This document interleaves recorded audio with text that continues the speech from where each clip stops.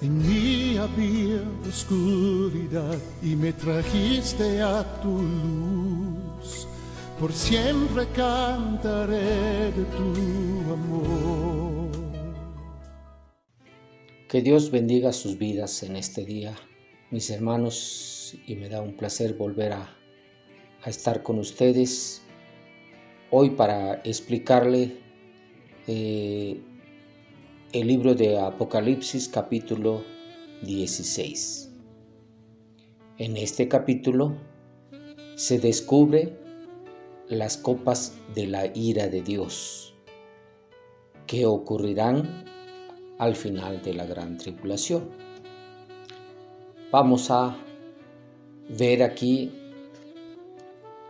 lo que contiene este capítulo, sabiendo que contiene la ejecución de los juicios representados en las 7 copas anchas, llenas del furor de Dios.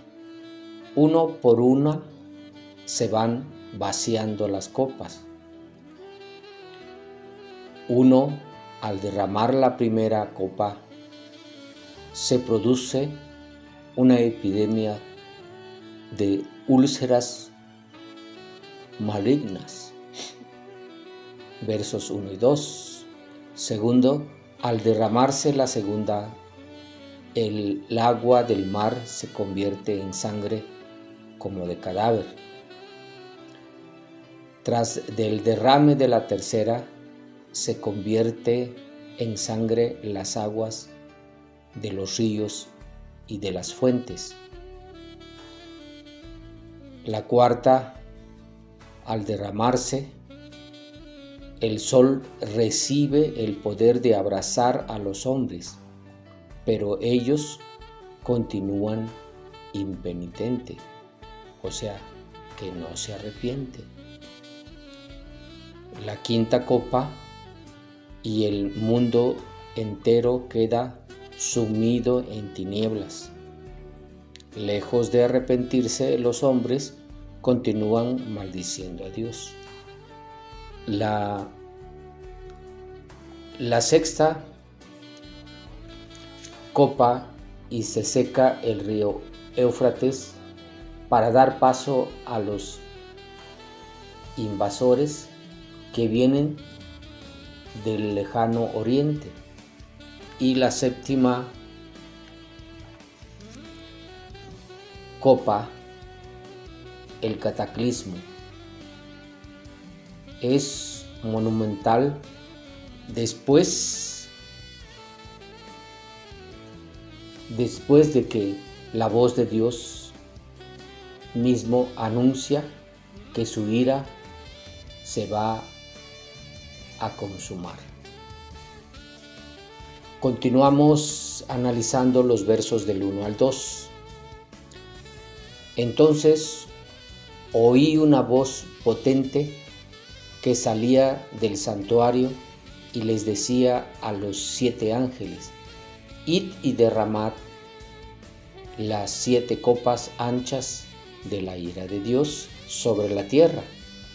Fue el primer ángel y derramó su copa sobre la tierra, y sobrevino una plaga de úlceras malignas y dolorosas a la gente que tenía la marca de la bestia y adoraba su estatua. Vemos que la voz que da la orden viene del santuario. Esta primera copa produce úlceras malignas y dolorosas solo a los que tenían la marca de la bestia y lo adoraban. Acordémonos que habrá gente que no se deja marcar ni adorar a la bestia. A ellos no les pasará nada, porque son los que Dios selló y apartó.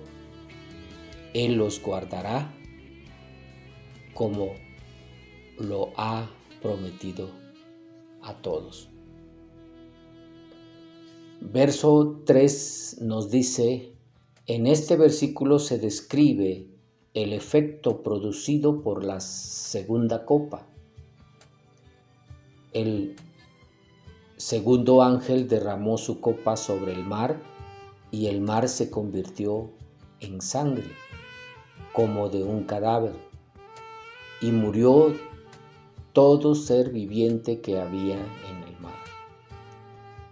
Así como la primera copa es derramada sobre la tierra, la segunda lo es sobre el mar. La tercera será derramada sobre los ríos y las fuentes de agua dulce, y la cuarta sobre el aire, cubriendo así todo el entorno ecológico. El verso del 4 al 7 nos dice, ahora vemos los efectos producidos por la tercera copa. El tercer ángel derramó su copa sobre los ríos y sobre las fuentes de agua, y se convirtieron en sangre. Entonces oí que decía el ángel a cuyo cargo estaban las aguas, justo eres en estos juicios, tú que eres y que eras el santo, por haber juzgado así, porque derramaron la sangre de tus santos y profetas, y tú les has dado a beber sangre como se merecen. Y oí al altar que respondía, sí, Señor Dios Todopoderoso, fieles y justos son tus juicios. La plaga producida por la tercera copa lleva los efectos de la plaga anterior más lejos, extendiéndolos a las fuentes de aguas, esto es, a las aguas dulces, manante o de manantiales. Se parece como la plaga anterior a la primera de las plagas de Egipto. Es notable la sobriedad con que se describe esta plaga.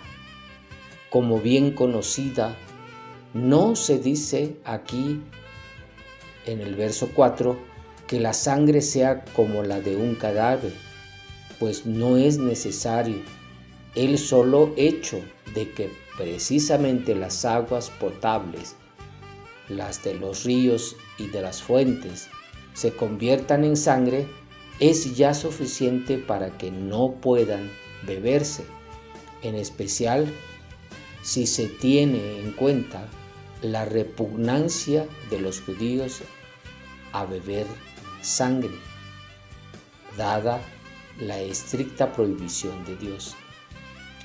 Los versos 8 al 9 dice que viene ahora la cuarta plaga.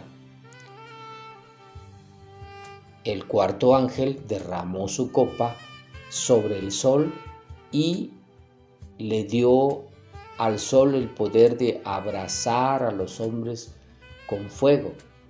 Los hombres se tostaban con el intenso calor, y maldecían el nombre de Dios, que tenía potestad sobre estas plagas, pero rehusaron arrepentirse y darle gloria.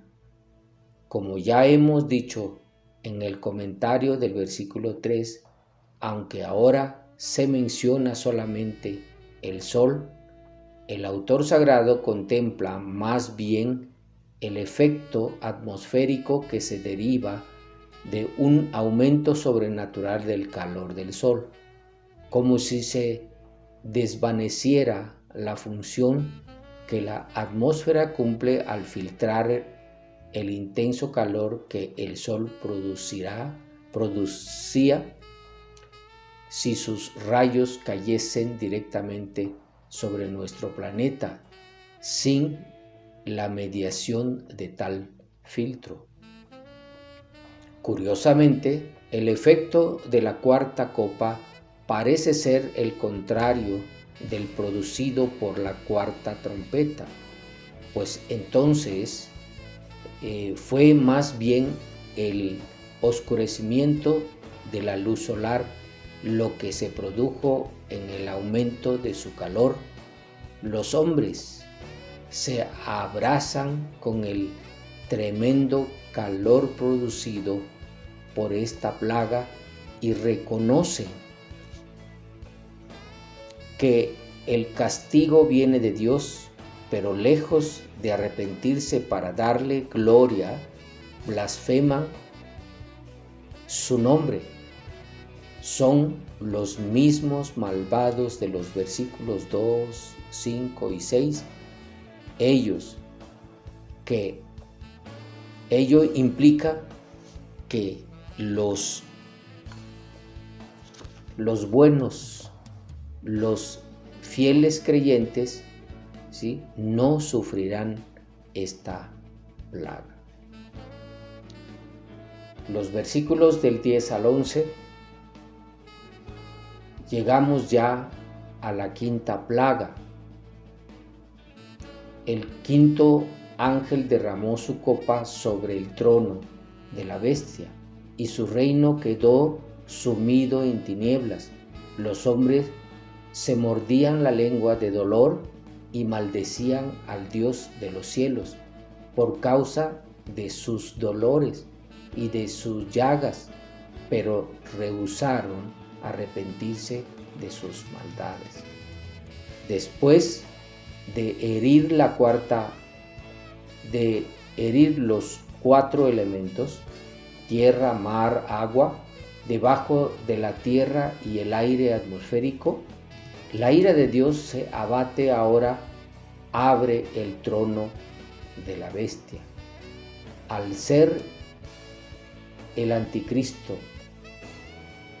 el jefe del nuevo imperio romano, la comunidad europea, el trono de la bestia habrá de estar naturalmente en Roma. La plaga producida por esta quinta copa es parecida a la de la novena plaga de Egipto, y sus efectos son un combinado de los producidos tras de los toques de las trompetas cuarta y quinta. Pero hay un detalle que no debe perderse de vista: la oscuridad efectuada únicamente al reino de la bestia, mas todos los hijos de Israel tenían luz en sus habitaciones.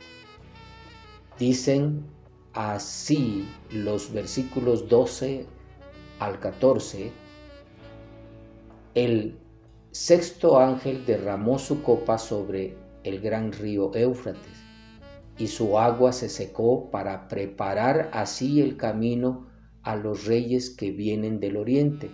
Luego vi 3 espíritus malignos que parecían ranas saliendo de la boca del dragón, de la boca de la bestia y de la boca del falso profeta. Son espíritus demoníacos que realizan señales milagrosas y se dirigen hacia los reyes del mundo entero, a fin de reunirlos para la batalla del gran día del Dios Todopoderoso. La sexta copa va a producir efectos sumamente misteriosos, como misteriosa es a primera vista la advertencia del Señor en el capítulo 15. Vamos a ver aquí el efecto de la copa sexta, la convocación de las trompetas enemigas de Dios, de su pueblo, para la batalla del Armagedón. Juan vio en el verso 13 salir de las respectivas bocas del dragón, del anticristo y del falso profeta 3 espíritus inmundos como sapos.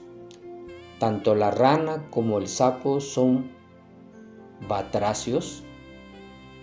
La identificación de estos espíritus inmundos es sumamente fácil con el texto sagrado a la vista. El verso 14, no son otra cosa que demonios que han de tomar posesión de los líderes de las naciones, quienes por medio de una propaganda seductora y satánicamente organizada, hipnotizan a sus respectivos pueblos para lanzar contra el pueblo de Dios. El reciente ejemplo que tenemos de Hitler es una prueba de lo que el diablo puede llevar a cabo mediante un perverso personaje político. El versículo 14b dice que el falso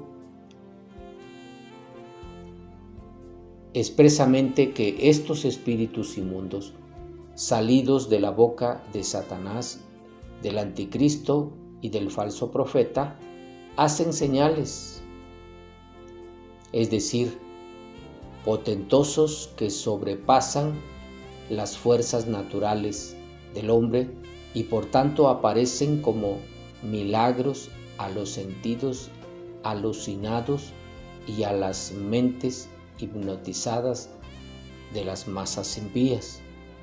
Con estos milagros, mejor dicho, pseudo milagros, que líderes de los gobiernos del mundo para que unan sus fuerzas y se dispongan a dar el golpe de la batalla de su gran día, sino del gran día de Dios Todopoderoso, pues es Dios, no ellos, quien van a ganar la batalla.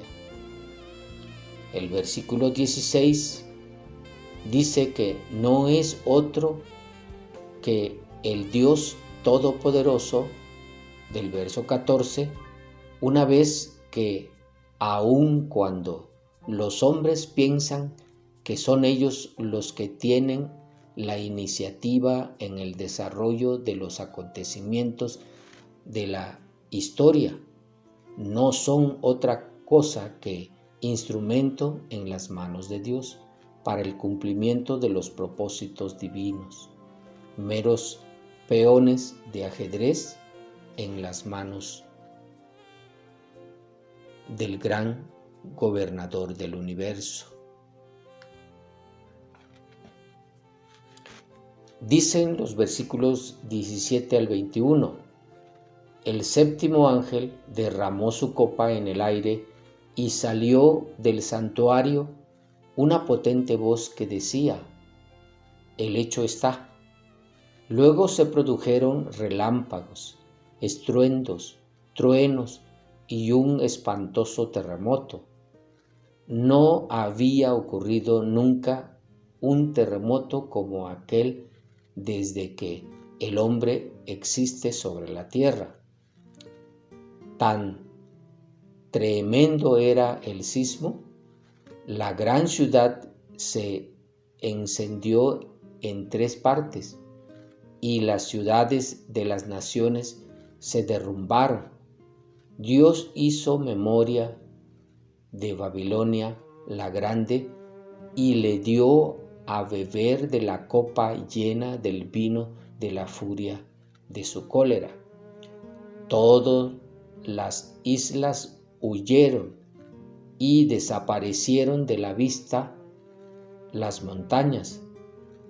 Del cielo cayó sobre los hombres un enorme granizo del tamaño de un talento cada uno, y los hombres maldecían a Dios por causa de la plaga del granizo, pues la plaga era terrible en extremo. Aquí habla del aire o el espacio atmosférico donde Satanás domina, y la voz que sale del santuario es la voz de Dios, anunciando el final de la batalla, el cual ganará.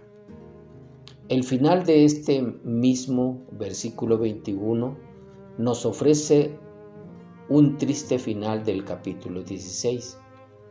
En lugar de arrepentirse ante esta demostración excepcional y, por supuesto, sobrenatural de la majestad y de la ira de Dios, los hombres odian y maldicen a Dios.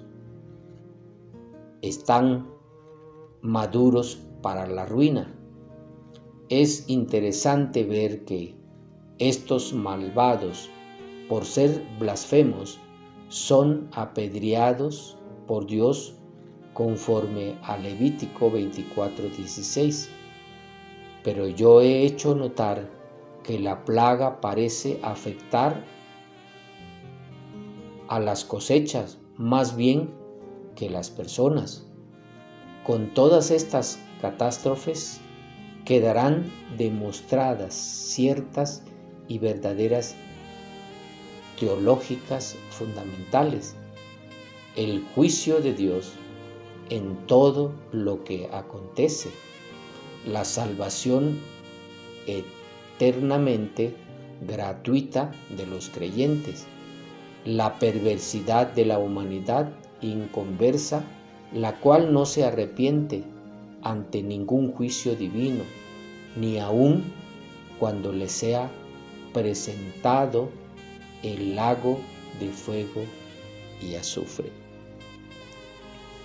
Vemos pues en este capítulo todo lo que Dios hizo para destruir y vencer a la bestia.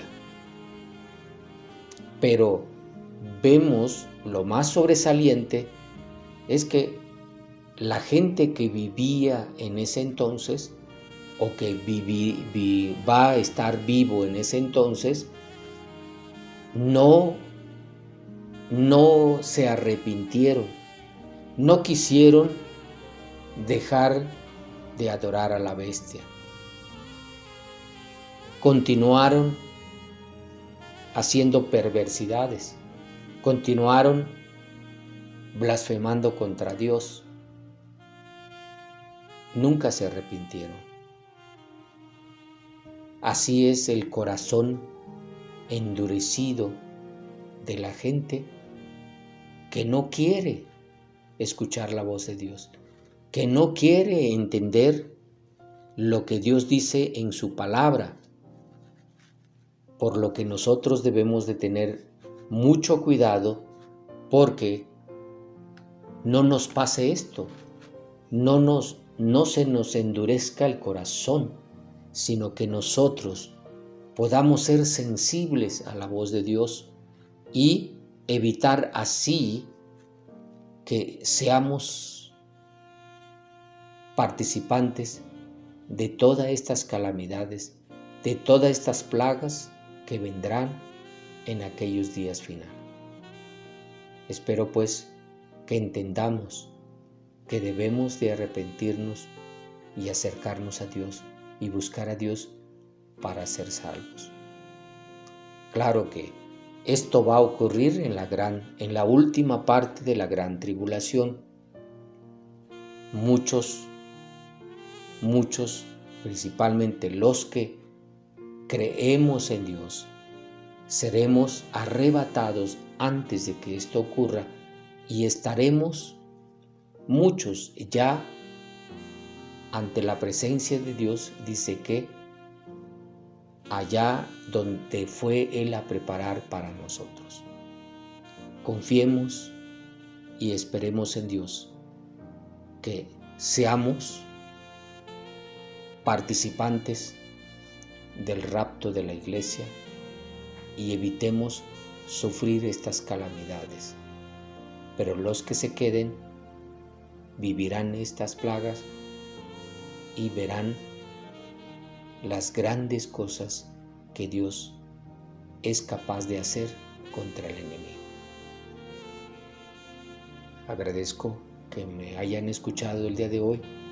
Que Dios les bendiga ricamente y pidamos a Dios juntos. Señor, ayúdame para estar preparados para que el día del arrebatamiento, del rapto de la iglesia, yo pueda estar ahí contigo, irme contigo, Señor. Me arrepiento de todos mis pecados. Señor, ayúdame. Quiero estar en tu presencia y no sufrir estas calamidades que habla aquí de las copas que serán derramadas sobre la tierra. En el nombre de Jesús, te doy muchas gracias, Dios.